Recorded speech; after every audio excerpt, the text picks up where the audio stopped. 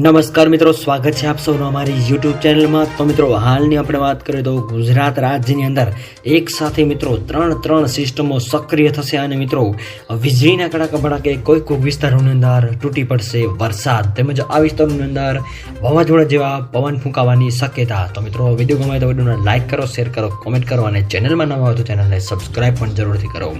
તો મિત્રો, હાલની આપણે વાત કરીએ તો ગુજરાત રાજ્યની અંદર એક તરફ ગરમીનો પારો સતત ઊંચે જઈ રહ્યો છે, એવામાં બીજી તરફ હવામાન વિભાગની સૌથી મોટી આગાહી જે નાગરિકોને ટેન્શન વધારી દે એવા સમાચાર મળી રહ્યા છે। સૌરાષ્ટ્ર, કચ્છ સહિતના અલગ અલગ ભાગોની અંદર તેમજ ઉત્તર ગુજરાતના, મધ્ય ગુજરાત, દક્ષિણ ગુજરાતના અલગ અલગ જિલ્લાઓની અંદર ગાજવીજ સાથે તો અમુક અંશે હળવોથી મધ્યમ વરસાદ જોવા મળશે।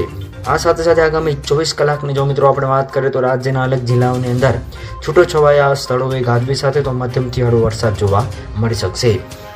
ખાસ કરીને મિત્રો આપણે વાત કરીએ તો હવામાન વિભાગની સૌથી મોટી આગાહી અનુસાર પશ્ચિમ અને ઉત્તરના ભાગોની અંદર વિસ્તારોની અંદર વરસાદી સિસ્ટમ જોવા મળશે, તેમજ છૂટોછવાયા વિસ્તારોએ પણ અમુક ભાગોની અંદર પણ વરસાદની આગાહી વ્યક્ત કરવામાં આવી રહી છે, કમોસમી વરસાદ જોવા મળી શકશે।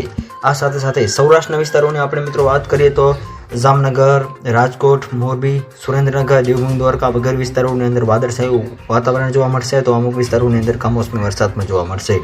ઉત્તર ગુજરાતના વિસ્તારોની વાત કરીએ તો બનાસકાંઠા, પાટણ, મહેસાણા, સાબરકાંઠા વગેરે વિસ્તારોની અંદર વરસાદી ઝાપટા જોવા મળી શકે છે, વાદળછાયું વાતાવરણ જોવા મળી શકે છે।